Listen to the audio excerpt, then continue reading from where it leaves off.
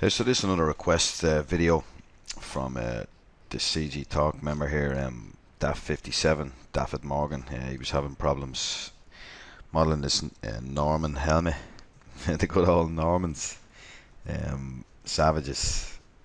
The Vikings always get a bad press historically, but the Normans are absolutely savage. As an Irishman, I can attest to that. Obviously not personally, but through the annals of history. Right, so enough of the pseudo history lesson, and on with the 3D modeling lesson. Yeah, so as I say, I was having problems modeling this helmet, so I thought I'd just whip together a quick video to show one way of doing it. His tool set of choice is 3dsMax, as is mine, but this can be just done anywhere. All the main 3D applications have the same basic modeling tools. It could even be done in ZModeler, but I'm going to do it in 3dsMax. So I'm just going to pull this off screen and I'll begin.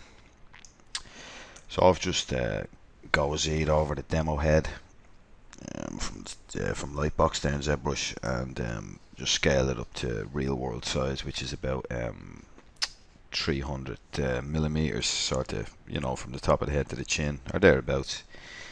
So we'll model in real world size, and it's always a good idea if you're modeling helmets, armor, anything that's going to have to fit onto a character. It's always a good idea to model them on a proxy kind of character, or your real character, if that's what you're doing, rather than just sort of guessing. At least you get a good idea what you're doing. Right, so I'm going to start with a cylinder. I'm just going to go to the top view. So I'm just going to drag out a cylinder roughly to sort of the circumference of the head there, and I'll just right click there and move it and zero it out. I already have the demo head zeroed out in world space, so I'll just zero it out as well. And there we go, that's the Norman helmet. Oop, wrong hotkey. Okay, so just F4 to turn on shade of wireframe, and if you don't like the likes of this while you're modeling, while the proxy's there, you can just turn on display selected with edge faces and turn off edge faces, and then it'll only be on the whatever's selected. So I'll just whip the helmet back onto the screen here. So the best thing to do when you're modeling things like this is just break them down into their elements, into their components. Don't look at it as a whole. So say, right, what's the basic form, and in this case it's best to start with a cylinder primitive, and you can just adjust the edge loops then to fit this kind of silhouette, and then we can just add all these pieces in, stealing, if you will, from the existing geometry, which is what I always do. And when I'm modeling things like this, I'm never going to model them all in one piece and extrude out from the piece, because you end up with all sorts of edge loop action that you don't really need. It's more difficult to control, and then you end up with lumps and bumps where edges are all tightly packed together. So I'll show that as we go. So I'll start with the main part of the helmet here, the silhouette, the shape with that cylinder. So yeah, so I'm just I have 3 height segments here, and I'll just convert that to an editable poly, and F for front view. And what I'm going to do is I just have some all these buttons and things here, but I have Swift Loop up here. It's obviously in, I don't know, Daft57, how familiar you are with Max. You said that's your main package, but I don't know how familiar you are with it, but there's a Swift Loop there, or you can set it to a hotkey or whatever. I just have it as a button up here. So I'm just going to add in, if we take a look at the reference again, I'm just going to add in a loop here where this steel band is here around the helmet. First things first, so we'll say about there. You kind of have to, unless you have exact orthographic references, you have to eyeball this stuff, but it's always good practice when you're modeling from a single reference, and you have to improvise and make decisions or whatever. So one other thing I'm going to do first is just to I'm just going to maybe scale this up a bit, and just so it kind of pops through the head. We can scale it back down after.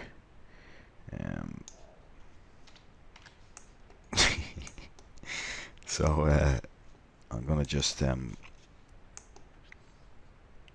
scale these verts down row by row, just to get just to get a general sort of shape. And I can just this is all just tweaking at this stage, just to get the general shape. I might just actually scale that back down again, move it up a touch. Yeah, I'll scale it down again, and then we can always just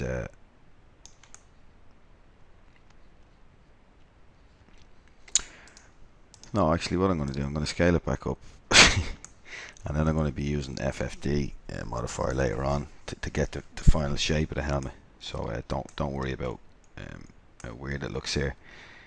I'll probably just bring it up a bit more. As I say, unless you have the proper refs, you just want to be sort of eyeballing this stuff, and then you can just add some more loops and you're holding shift with swift loop to set flow. So with the basic shape done there, the next thing I'm going to do is break off these this part here, the banding that goes up on the four sides of the helmet. So what I'm going to do is just grab this row here, except for that one, and I'm going to just detach that. It doesn't matter, you can call it something if you want. Detach it as a clone, and get out of that and select it. And I'll probably just yeah, I'll probably just give it a different material just so we can differentiate it. So if you just double click to grab an edge loop, and you can scale that edge loop till it goes straight, and do the same with that one. Just scale it till it's straight, and if you look now, you want to make sure that this is zeroed out here in the X.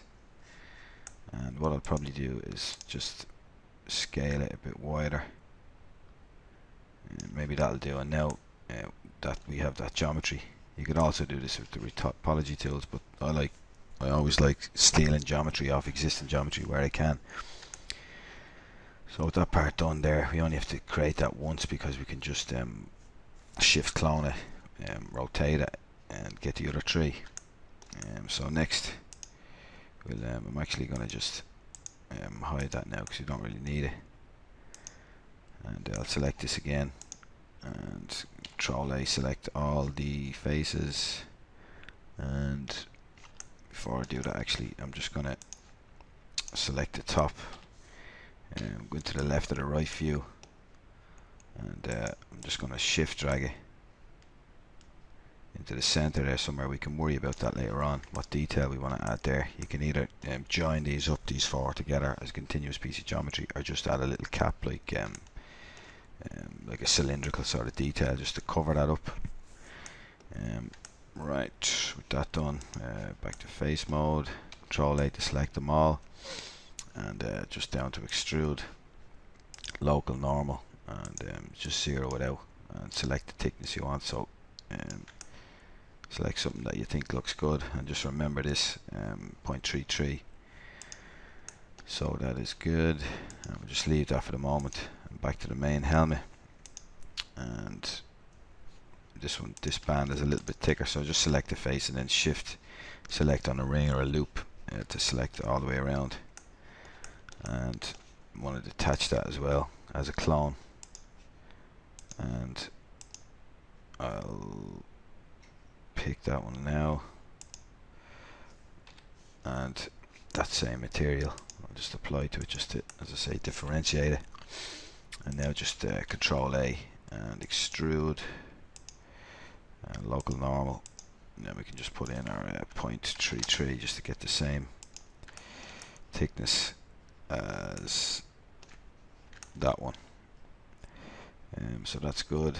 And while we're right here, I'm just going to delete that big end on there, and also I'm going to delete, sorry, I'm still on that object. Go back here to this band in here and just delete that, and also this guy, just to get rid of them. And now we want to create this piece here, this piece at the front. So same thing again, I'm just going to take it off this geometry here because it's already going to be perfectly in place. So just select the faces you want, and same again, detach as a clone,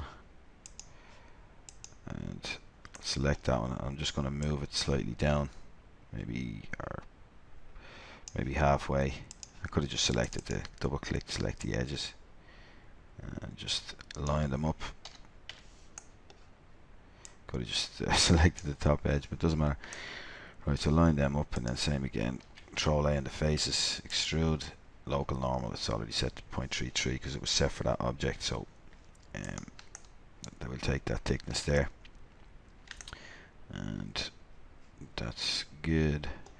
So next we need this piece in the middle, so we'll just select that, and you can just extrude down manually, and we might just unhide what's his name there, demo head, into the left view, and the nose guard. Then we can just position that. You can put that where you want. There's loads of different types of Norman helmets, so you just put that, design this whatever way you like. You could even just add in a loop there and bring it in or bring it out, or whatever you want to do. I might just yeah, bring it in sort of more with the shape of the nose. I could flare these out, or whatever way you want to design it. As I say, there's loads of different variations of the Norman helmet. All the better for them staying alive to murder people even more. All we need as far as parts to be modelled. In fact, I've changed my mind. I'm bringing this back in because it looks really weird, and I'll just bring that out a bit. You could also you know, split that down the middle and bring these back kind of like wings. So what I'm going to do here, instead of adding in loads of control loops and everything, I'm just going to show some different methods. So I'll just isolate this piece first, and I'm going to use the crease set and open subdiv, so just to show how it works. So there's different ways. There's the double TurboSmooth, there's traditional sort of adding in. You could even take it over to ZBrush and do the creasing and all that sort of stuff, but this open subdiv and crease set essentially does the same thing. So I'll show this first. So I'll just add a crease set and go into edge, sub-object mode, and then you can just select by angle here like you can do in ZBrush, and I want to just adjust that because it has a plus or minus 5, so you can just play with that. Right, and then you can just add them in manually. Just go around the model. So you want to add that one in, this one, probably delete those faces, but I won't bother for the moment. So that looks pretty good. And then you can just come up here to create set. You can name it and then create it. So just create set.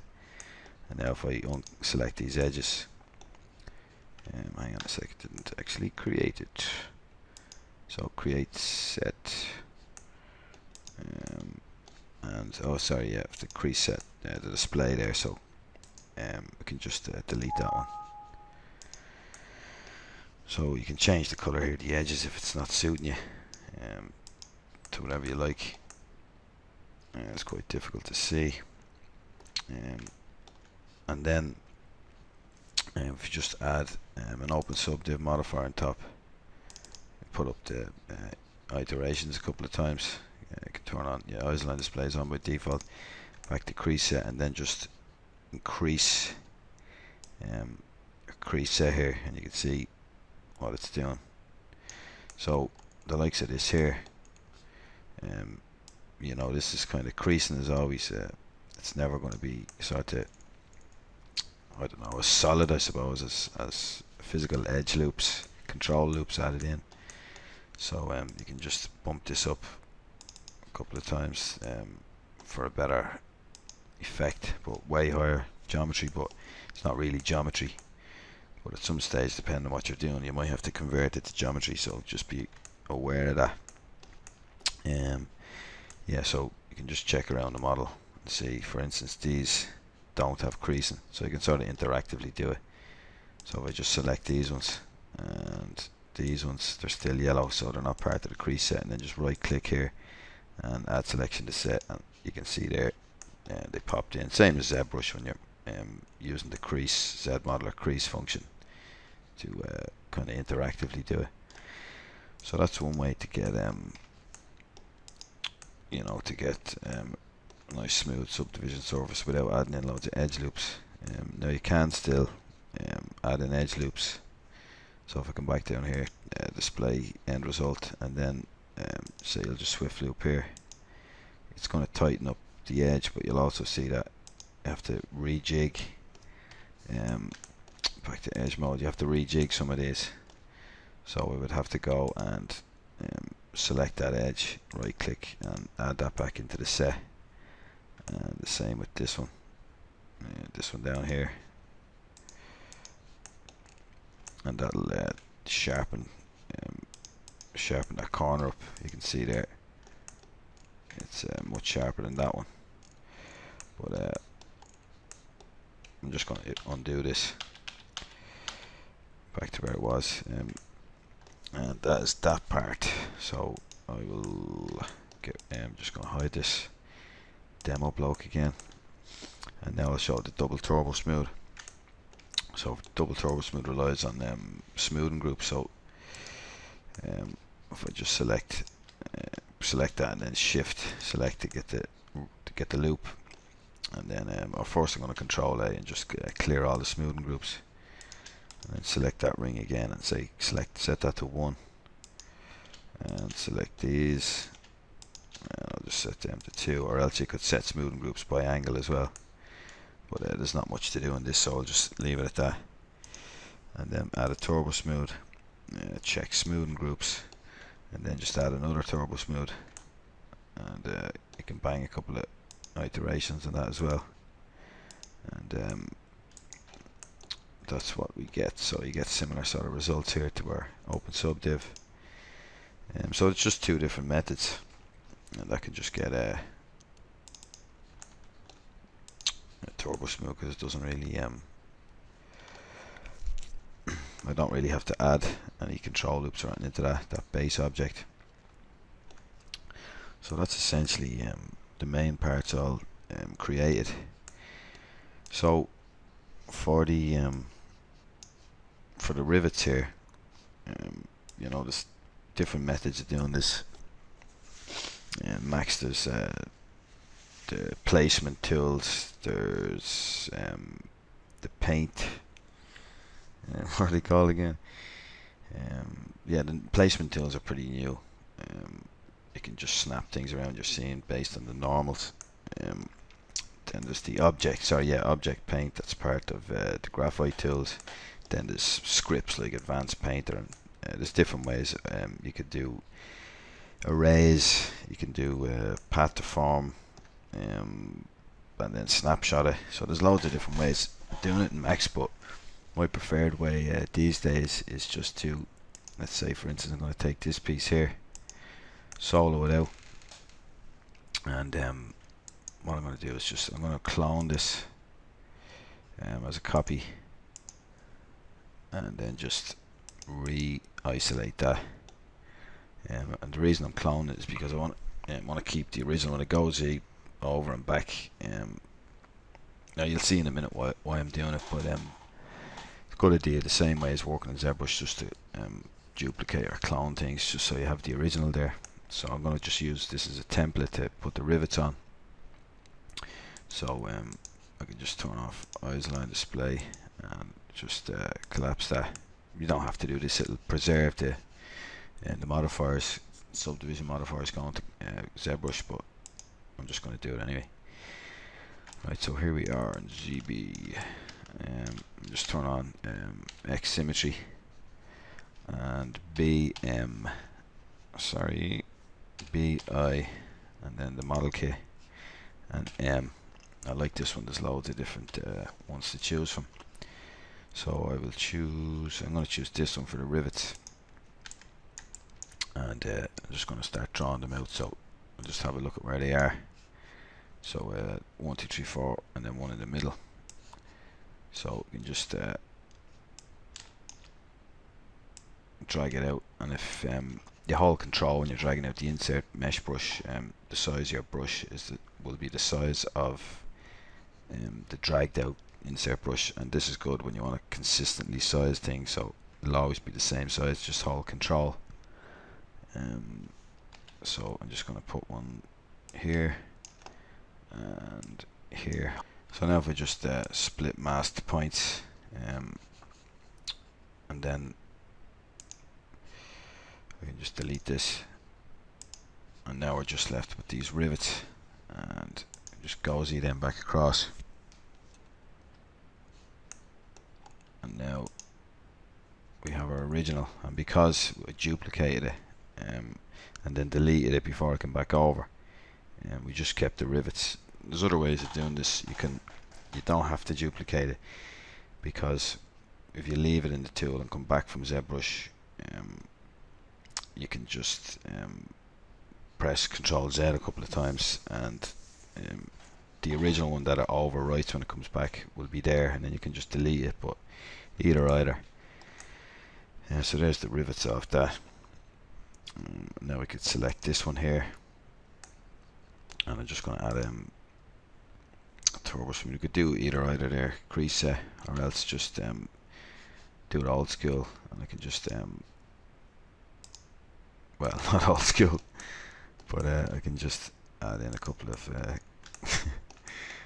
control loops and TurboSmooth, just so that it's not faceted when we're drawing these out. And then I'm just going to I'll just clone that as a copy, and this is actually very quick to do. It's just obviously I'm explaining it, so it doesn't seem quick. So go Z again. You can even just divide that up a few times, and now I'll just turn on symmetry and radial symmetry, radial count 8, and just delete those subdivision levels.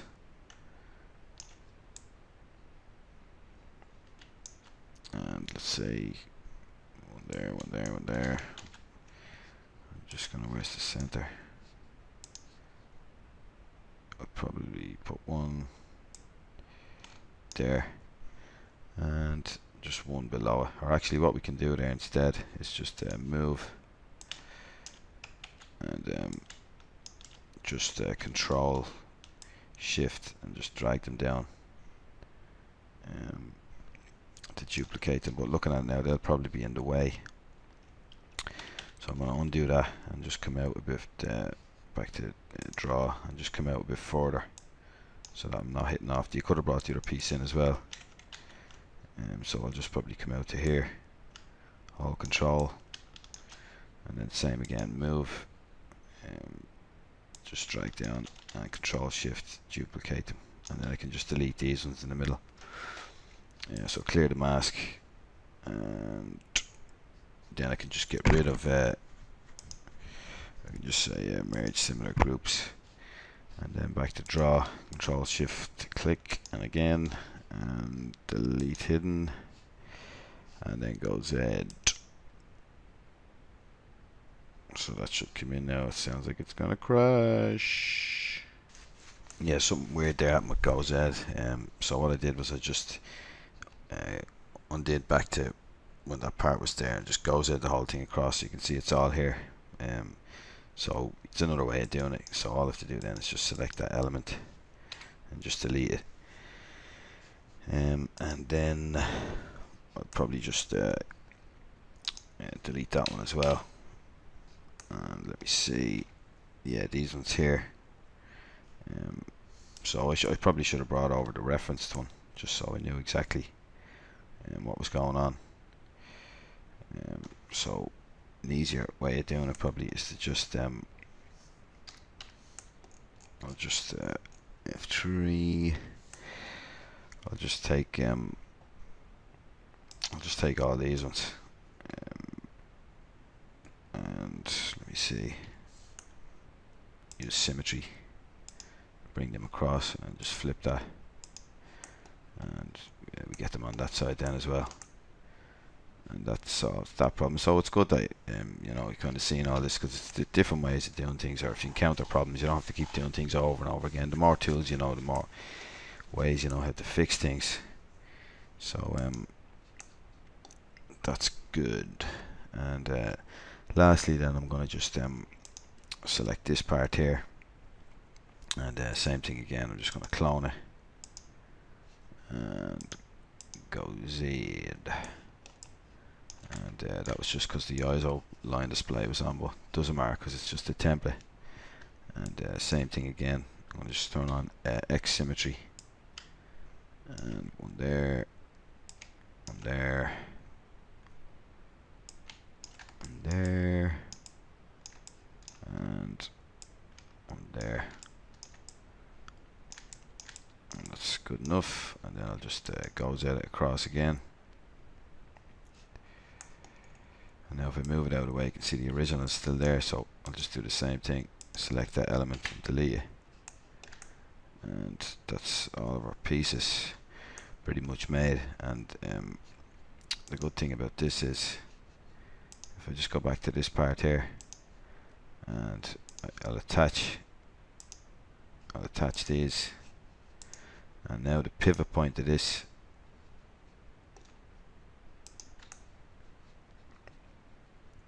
should have been at the center of that, but not to worry, because whenever you break things off from a cylinder, it's dead handy. You can just the pivot point will be there, you know, in the center of that cylinder, so you can shift rotate things around it. So the pivot point is in the center, so if I just rotate 90 degrees and make the 3 copies and then an instance it, you can see now I kind of matched that up nicely. And the reason I instanced it was because now I can just go to any of them and move some of these verts. And this is what I was saying earlier on about so you just want to make sure to maintain. What I'm going to do is TurboSmooth is on for that one. So what I'm going to do is just come down here, show end result, and then I can see with the TurboSmooth on how it's behaving.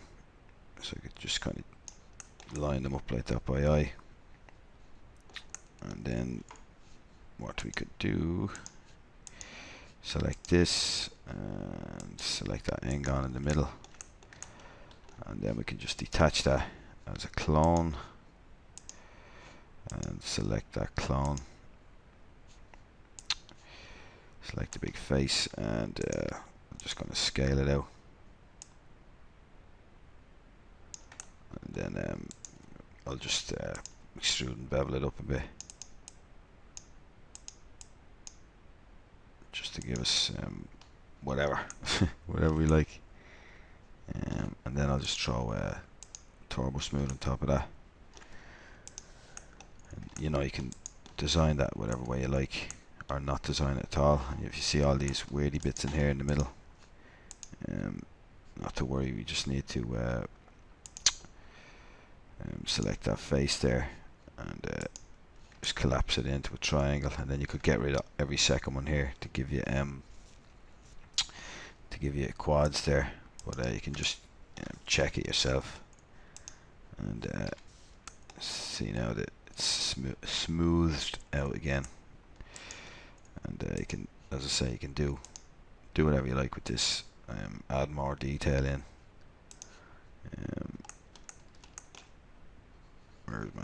sorry, I'm just gonna have to select this. What's going on there? Select that, Control Shift and inset. And just inset that in, and just move them down a bit. And maybe just add in an edge loop here, and one here. Just, yeah, as I say, just do whatever you feel there. Just to give you whatever kind of shape you want.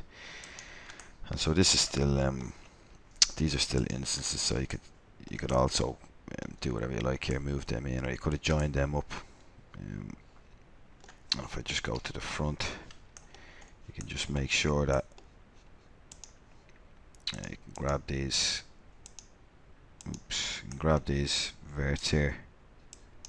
Sorry, I'll just go to here's the actual one. Just want to find out which one it is. It's this one, and I'm just going to go to the left view and just move these down just to close that up a bit. And you can see here, if I turn on edge faces,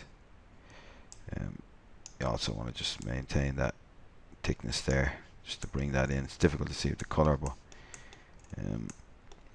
just to bring that into close up, so there's no gaps in it. And the other thing that could be done to make it, to give a better sort of a more realistic transition here, is just add in some. I'll just turn off end result. You can just add in an edge loop there and there, and just move that in slightly, and that'll give you a better it'll look more realistic, as in how it kind of joins into this other part. So that's pretty much it. Now the last thing to do then, because it doesn't look the shape, would be just to you know, you have everything here, it's all still editable, it's all modifier stack, and then these, so you can keep it like that. You can collapse everything down, but I advise always keeping the modifiers until the very end, or else just saving out a file always, so that you have those extra parts. So what I'm going to do now is select all of these, unhide that weird crazy bloke, with all them selected, just add an FFD modifier, so FFD box or whatever, or 4x4, I'll just add a box and select all the control points, and then we can just scale them in to give us a more realistic Normandy type shape. And then let me see, it's too big at the back here, so I'll just scale it in slightly and then move it out. Just take a look at, as I'm sure you've done, you know, some pictures of Norman helmets or whatever, with blokes wearing them, so you can see, you know, some of them you might have chainmail underneath, so you know, they'll be wider, they won't be tightly fit to the head. So that is pretty much the basics of the Norman helmet. You can fiddle around there. It's a bit roundy looking at the moment, so if I select all these minus that bloke and control points, and you know, I would probably just fiddle around a bit till I get the shape that I want, more suitable, maybe a bit more conical and comical, a bit pointier at the top, kind of, you know. Grab these, move them up, and the good thing is, you know, it's in a modifier, so you can just revert to the original. Always good to work non-destructively. So that last movement that I made looked a bit strange, so you know, know, this FFD is great. Just don't go crazy with it, because you'll skew all the geometry. You know, like these round shapes might start skewing. Right, so that's basically it